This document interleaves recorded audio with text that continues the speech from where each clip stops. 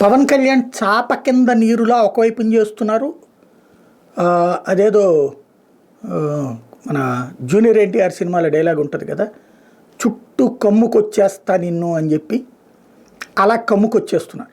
ఓ పక్కన రాజకీయ పరంగా అద్భుతమైనటువంటి పనితీరు ఉన్నటువంటి నాయకుడి కిందన ఓ జరుగుతున్నటువంటి ఒక బియ్యం వ్యవహారంలోనో లేకపోతే ఇతరత్ర వ్యవహారాల్లో సీరియస్గా తీసుకోవడం, జగన్కి ఎక్కడ చెక్ పెట్టాలో చేస్తున్నాడు, పవన్ కళ్యాణ్ ఉన్నాడు కాబట్టి జగన్ని ఆడుకుంటున్నాడు అనే ఫీలింగ్ తెలుగుదేశం కార్యకర్తల్లో కూడా వచ్చింది.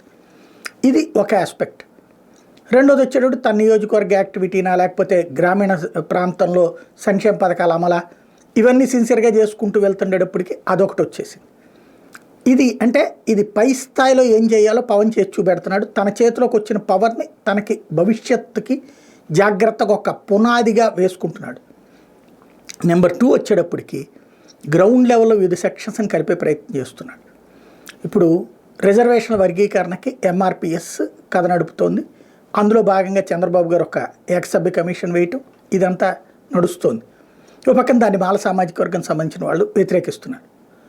మాల సామాజిక వర్గంలోని మాదిగ సామాజిక వర్గంలో పవనాభిమానులు గట్టిగానే ఉంటారు కదా, వాళ్ళకి ఇప్పుడు ఫోన్లు వెళ్తున్నాయి. సాధారణంగా ఈ సామాజిక వర్గాలకు సంబంధించిన యువతీ యువకులు ఎవరో ఒక ఐఏఎస్లు ఐపీఎస్లు లేదా ఒక ప్రముఖులు ఎవరైనా వీళ్ళని గైడ్ చేస్తూ ఉంటుంటారు.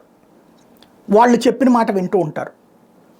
ఈ కింద స్థాయి ఈ నాయకులతో డైరెక్ట్గా interaction through Pawan Kalyan party నుంచి నడుస్తుంది. వచ్చేయండి, జనసేనలోకి వచ్చేసేయండి, ఎస్సీ ఎస్టీ విభాగం స్ట్రాంగ్గా పెడదాం, మీరే నాయకత్వం వహిస్తారు, రాబోయేటటువంటి రోజుల్లో మీకు మంచి అవకాశాలు వస్తాయి, ఎస్సీ ఎస్టీ నియోజకవర్గాల్లో మీరే ప్రాతినిధ్యం వహిస్తారు, అట్లాగే ఇతర నియోజకవర్గాల్లో కూడా మీరే ప్రాతినిధ్యం వహిస్తారు అన్నటువంటిది వాళ్ళకి ఫోన్లు చేసి అడుగుతున్నారు. ఇలాగా అడుగుతున్నది ఎక్కువగా కాన్సన్ట్రేట్ చేస్తుంది వైఎస్ఆర్ కాంగ్రెస్ పార్టీకి సపోర్టింగ్గా ఉన్నటువంటి ఏరియాల్లో ఏ సామాజిక వర్గాలకు సంబంధించిన అధికారులు ఉన్నారో వాళ్ళకి ఎక్కువగా వెళ్తున్నాయి.